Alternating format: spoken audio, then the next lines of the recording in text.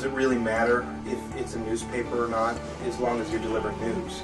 And you know, one of the things we've done here is, and this took some doing, is to break down the concept that we are making a newspaper, and instead change that to we're making news, and that's a fundamental change to our DNA. It's a bit of a controversial role in the sense that when you have a newspaper, it's really clear what the newspaper is and what you're delivering. When you have an online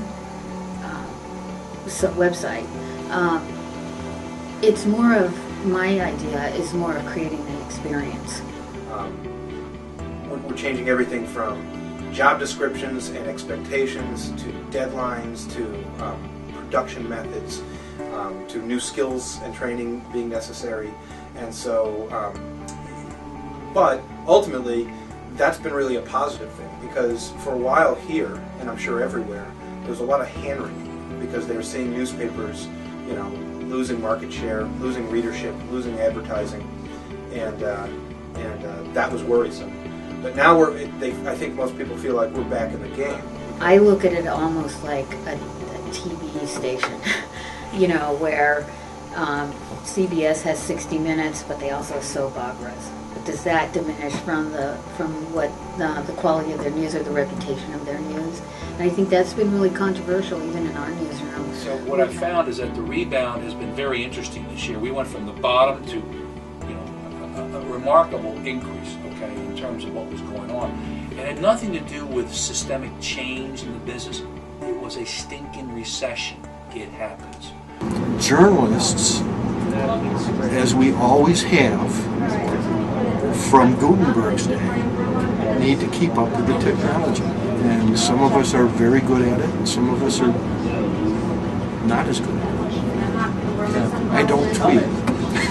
I probably should. The internet has had a big effect on, and it's not so much reading the paper online. You know, that's one of the things, but it's just the battle of time. You know, a person only has so much time in a day to devote to reading. This generation, your generation, can pick your songs.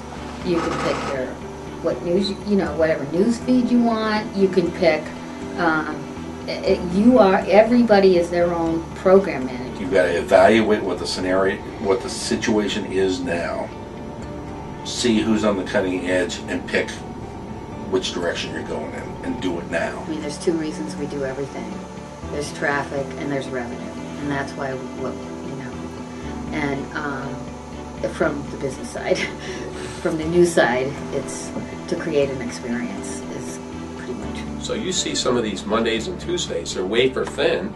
We're giving them a fraction of what we used to give them at probably double the cost. Well, the very first thing I learned at the University of Maryland when I was your age, okay, I think it was Dr. Summers. He came out of radio and told us that the first thing you have to recognize is you're in a business. Okay, so I learned that 30 years ago. So you have to make a buck. This is just nothing free. You know? So as revenue goes down, so do bodies and staffing and newsprint cuts. I think online in terms of ownership, at least claiming a readership there and following is recognizing that people want local news.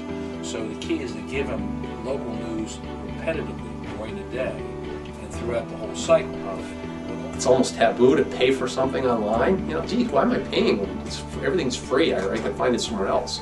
And now newspapers are trying to shift that a little bit, to put a modest fee on there to say, you know what, you can get a lot of stuff for free, but the stuff we're going to give you is local and it's valuable to you, and it's going to, you know, and we're going to put a small price. We're not going to charge you a fortune, but we've got to charge you something, you know, to have access to all that.